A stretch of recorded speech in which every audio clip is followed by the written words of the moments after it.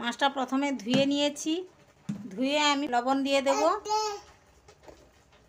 এই লবণ মাখিয়ে আমি আধ ঘন্টার জন্যে রেখে দেবো মাছের মধ্যে, যাতে লবণটা ঢুকে যায়। এই খোলসা মাছগুলো দেখতে খুব সুন্দর হয়েছে। আমি এই সর্ষেটা বেটে নেব, একটু সর্ষে আর শুকনো লঙ্কা, অল্প করে একটু লবণ দেব যাতে না তেতো হয়ে যায়। পেঁয়াজটাও ওর সঙ্গে বেটে নেব। কড়াইতে তেল দিয়ে দিয়েছি, গরম হয়ে গেছে। আমি এই মাছে একটু হলুদ মাখিয়ে দেব, তারপর ভেজে নেব।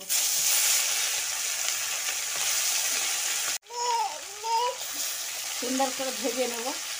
এক পাশ ভাজা হয়ে গিয়েছে, আমি আর এক পাশ উল্টিয়ে দেব।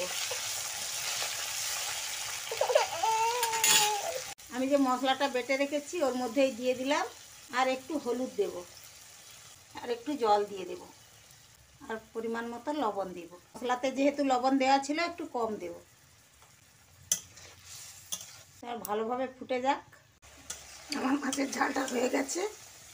আমি নামানোর আগে একটু তেল দিয়ে দেব, সরষের তেল দেব, নামিয়ে নেব। আমার এটা হয়ে গেছে, দেখুন কত সুন্দর হয়েছে।